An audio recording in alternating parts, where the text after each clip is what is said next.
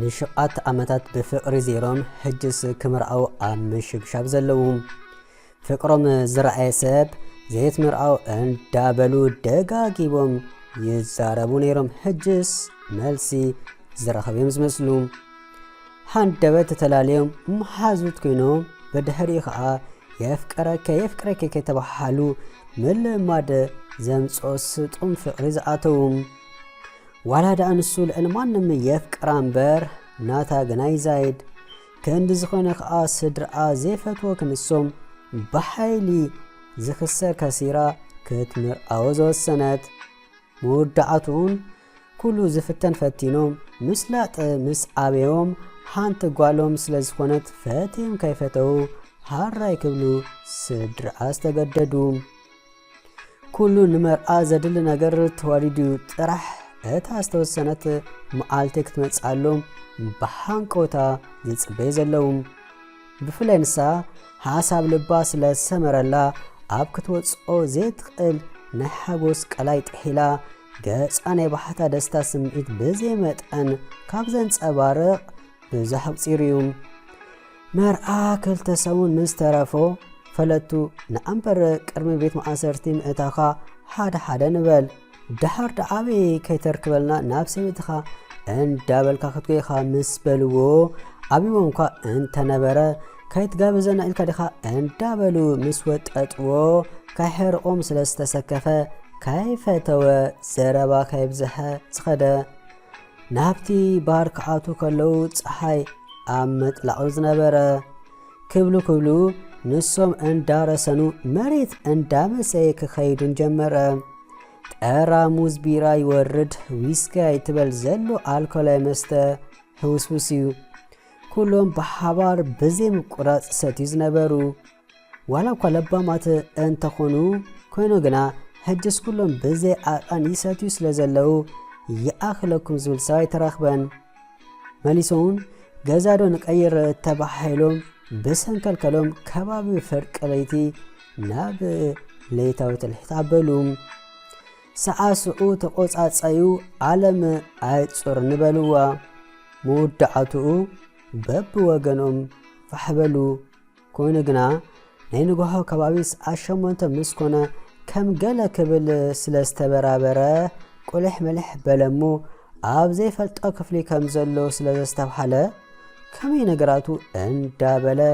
ነቲ ክፍሊ ክኮሎ ጀመረሞ ዝተዓዘቦ ነገር እንተሎ ፈቀድኡ ፋሒሉ ዝነበረ ክዳውንቱን ክዳን ናይ ጓልዩ ዋኢሉ ብስምባደ ናብ ጸጋማይ ገጹ ጥኡይ ምስ በለ ኣብቲ መትርዓስ ጸጉሩ ስለ ዝረአየ ኣፍቃሪቱ ክትኮነሉ ብውሽጡ ጸሎት እንዳገበረ ነቲ ርቐቕ ዝበለ ከቦርታ መሳሊ ምስ ገንጸሎ ብዘይ ልቡ ኢሉ ነታ ተረጋጊኣ ደቂሳ ዝነበረት ጓል ኣተስዓሞ ንሳውን ዝተደናገረት ትመስል ንኦ ምስ ረኣየት በለት ነቲ ክፍሊ ብኣብያት ኣናወፅዎ ኣቲ እንታይ ትገብር ኣለኺ? ንስኻ እምበር እንታይ ትገብር ኣለኻ? ሽዑ ግዳ ኣብ መንጎኦም ሕድኣት ሰፈነሞ በብወገኖም እንታይ ከም ዘጋጠመ ክዝክሩ ፈተኑ። ኣብቲ ሌታዊ ትልሒት እንዳሰዓሱ ከለዮም ተራኺቦም ብኣቢሎም ክስዕስዑ ሰፊሮም ስለ ዝነበሩ ተታሓይዞም ኣራት ዝሓዙም ካብኡ ብዝተረፈ እንታይ ከም ዘጋጠመ እቲ ኣራት ጥራሕ ምስክር ኣሕበለ ኣቲ እንታይ ክትረክቢ ኣነስ እኳ ሰኺረ ነይረ ምስ በላ ንስኻ እምበር እንታይ ክትረክብ ኣነስ ሰኺረ እንደ ነይረ ካብ ዝገርመካ ዝፈቱ ኣርክለኒ ኮይኑ ግና ብገለ ምስ ኣበሳ ጮነ ሕናሕነናቱ ክሰተ ሓዲረ ካይትግረም ደኣ እምበር ክሰክር ከለኹ ናይ መጀመርታ እዩ ወረ ኣርካይ ኮንካ ተርዓኻኒ ትኾን እምበር ተጎግሲሰ ኣይመጻኹም ምስ በለቶ እንታይ ሞ ክብል እዩ መከላኸሊ ኣይተጠቀመ ገለ ኣፍቃሪቱ ኣብ ቅድሚ ዓይንቱ ስለስተገተረት ደጋጊሙ ይበለ ዋ ይሄ ደኣ ዝሓወይ ምስ በለቶ ግደፍናስከ በቃ ሰላሒልከ ኺዲ ኣይትረአይኒ ምስ በላ መኻርሲ ኸይደግናስ ህማቃሎ ጽቡቃሎ ቴሌፎን ካሃበኒ ምስ በለቶ በጃኸ ኺዲ ድሕረጅ ኣበይ ከይንራኸብ ምስ በላ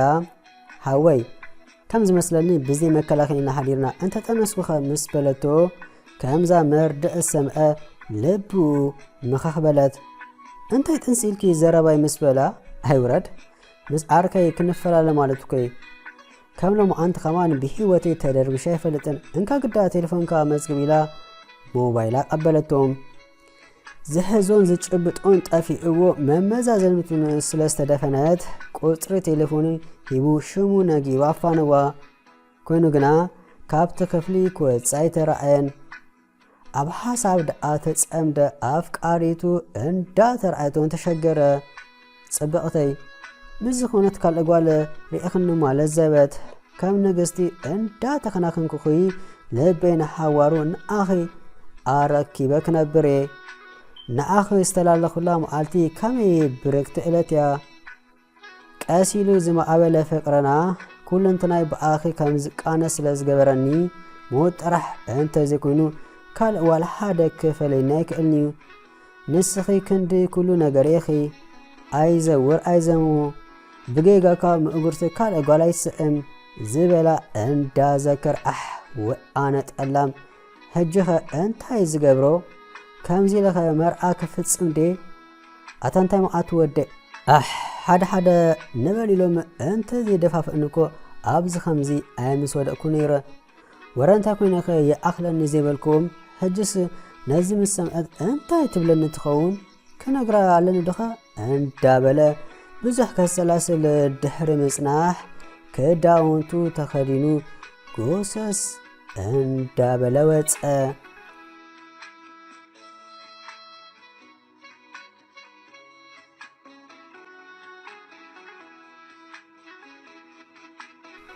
زياداي انتي كون كالخا ازن كلتا مقالتات بحيبلكانن مسبلتو هاوشتو انتي كمزا سايزلو بقالو سلسفلت والحد ايكون كوني لسقبالا والحد ايكون كون تبلنس امانغو زربات تسجل دافير كازيت متاني كسأما كاكبل كله كترح أن تفتن ورنتي رخيبكا انت حدش نقر على دي مسبلتو أب حد كاف كوفيلم زعلو زلوم نهتي كابك جنو آخيسو كنسو مليسو اندا خوسا ولا حدا كونكو كيزولك زلخو اندا تقطع مستزاربا يرد أكالو دي أو حوكي خاتول زلخا أتا زيادة سخون شجر ألو دي نقرن بجحا كم قدمنا حابيرنا كنفتو بجحا يتجنقني قال كم زخونكا فلوتي هجون أبغسكا أصبيقو ينبوالو مسبلتو بكاچاو كدول كيلو نهتاز عززا كابتشنو كيسته ملسا كيتصبيه بددلو وص سلاستغرمتم زتحاسسبا ددهري كتصب ايترايتن اكواد اكوليلا من الوقت كيتردع بديلاتو خاتكون نفسا كتفتش جمرت كونغنا والحد سلازي رخبت انت يكونوا اندابلت بحساب توترت صني حقنا موبايل اوصيا كدوللو جمرت اتا زياداي انا زحرك خوي زبدلكو ነገር አሎዲ مسبلتو اتنس خدا وريدوكي لعلم انم سب اخبير كترني فتوتكي كايبقى كتلقس الله يكون مسبله اتا زياداي انتي احلكا زربا بجخبا زهون كاي نغران مسبلتو دحان كدوللكيلو تليفون اصبه كل ነገር حوسوس ስለዝበላ በጣም ተጨነቀት مرآتيو اندا تبحال دعا نايمنتاي نيطبه بحال بآية حقوسن مالدي موز كل عمتات نيمسن نيرو مساي زور زنبرا انتا فتارابو بجاها حما كتسمعني مفتو سدراك يتقبرني ما حزاح خوني خيليو مرآقنا نابرانا يمتاتانيو بقالنا زمت انا الكيخيت مرآوي طبا ياكايدو صبو خمسونه نفلت كوينغنا زربا سدرا ابي امرا اندا تملالس ስለዘሸገራ ከይተረዳ ንብአት ኮረር ከተብል ጀመረት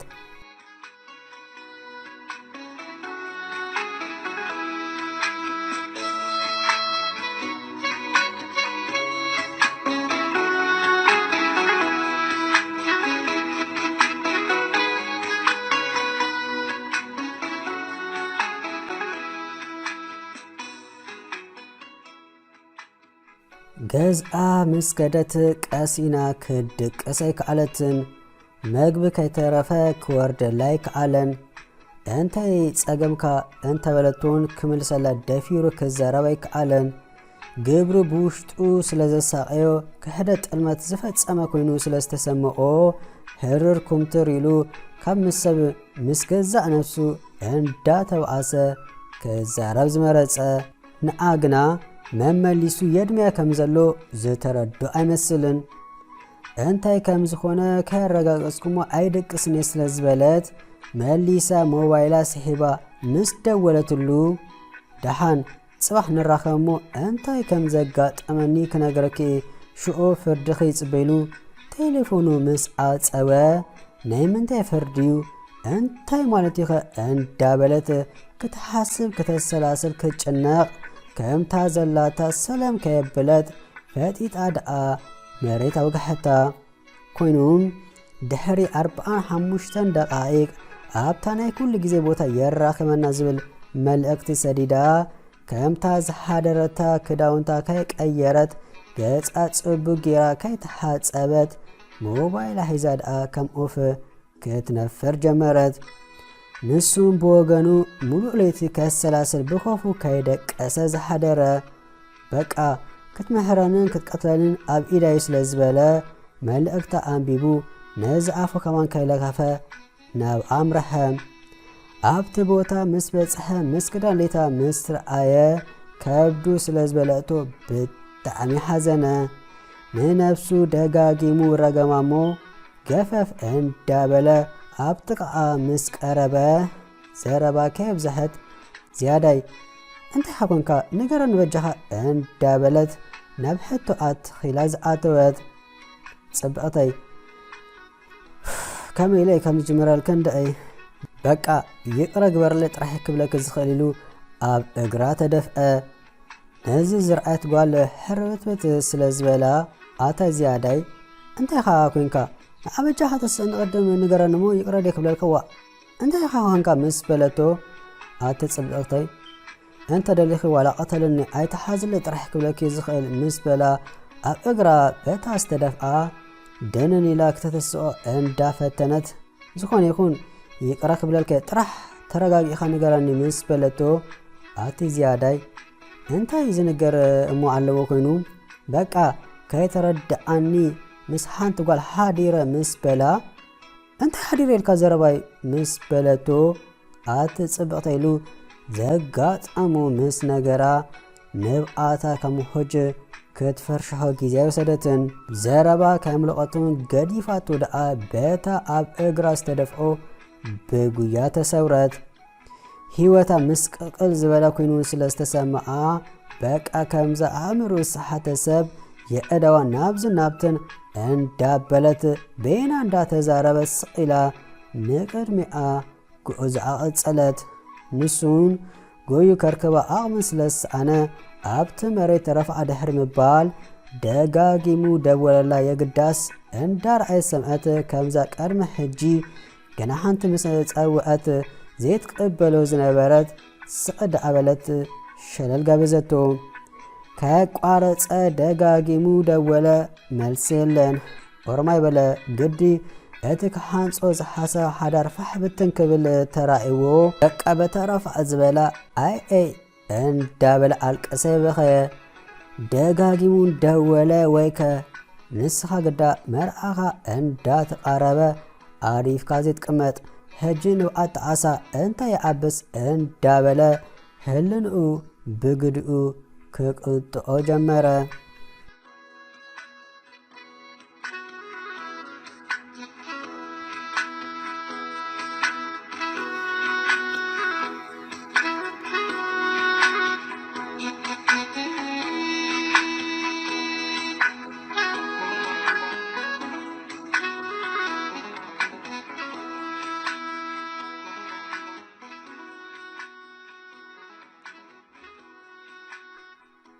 ንሰለስተ መዓልታት ከቋረፀ 24 ሰዓት ምስ ደወለላ መወዳእትኡ ዘለዋ ንብኣት ፀንቂቓ ምስ ወድአት ምስ ነፍሳውን ዘትያ ክትረኽቦ ወሰነት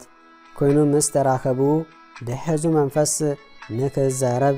ዕድል ሓበቶም ሰብነታ ኣይሰሙን ሳልስቲ ተበላሹ ምስ ረአየ ተዓስኡ መሊሱ ደኣ በረኸ ብጣዕሚ እውን ኣደንገጸቶ ዋጋ ፍቕራ እምነታ እዚ ክፈድያ ንነፍሱ ደጋጊሙ ረገመ እንታይ ደኣ ስቒልካ ተዛረባ ምስ በለቶ እንታይ ለሞ ክዛረብ ግብሪ እንድዩ ይሓፊሩን ብዝኾነ እቲ ጉዳይ ከም ዝኣለልኩዩ ይቕራ ክትገብርለይ ጥራሕ ዝደሊ ከምዚ ኢልክ መርኣ ክካየድ ከም ዘይደሊ ናይ ስሕቶኒ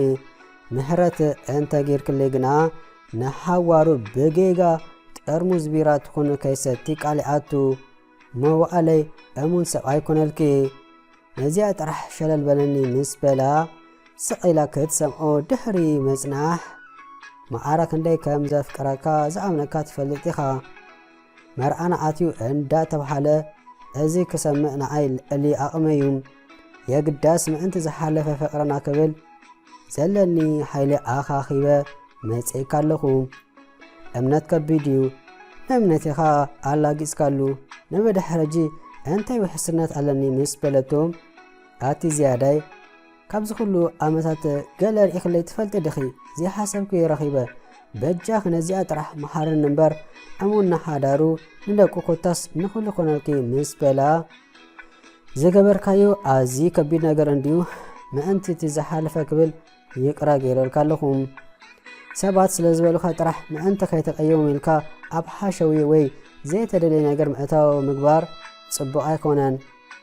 ስለቲ ቅድሚ መርኣና ዘጋጠመካ ነገር መንጋርካውን ብልቤ ዘመስግነካ ሕጂ ነዚ ጉዳይ ፈቲ ኣሚነሉ ከኣቶ ሃብኢካለይ እንተ ትኸውን ነርካ ግና ኣታሊልካኒ ኢኻ ክትምርኣኑ ማለት እዩ ኣነ ሓዳ ኮይነ ይቕረ ኢለልካ ኣለኹ ዕድለኛ ኢኻ ኮይኑ ግና ኩለን ኣዋልድ ይቕረ ይብላይን ማለት ስለ ዘይኮነ ኩሉ ሰብ ክጥንቀቕ ኣለዎ ባህለየ ስለዚ ዝያዳይ ይቕረ ሪልካ ኣለኹ ድሕረጂ ግና ሃደራኻ ብጀከ ካልእ ቆልሕ ከይትብል ምስ በለቶ እዋ እንታይ ክደግም ብልቤ ዘመስግነክ ኢሉ ምስ ሓቐፋ ደሃን ዝቃሃረት ልቤ ጥራሕ ደብሳ ቅድሚ መርኣና ግዳ ደጊምካ ደም መርመራ ክትገብር ኣለካ ምስ በለቶ ግዲ ዘይተጸበዩ ኮይኑ ደም መርመራ ምስ በላ ብስምባደ እወ ደም መርመራ ምስ በለቶ ሃራይ ክገብረ እንታይ ደኣ በለ ብስክፍታ እንዳተዓዘባ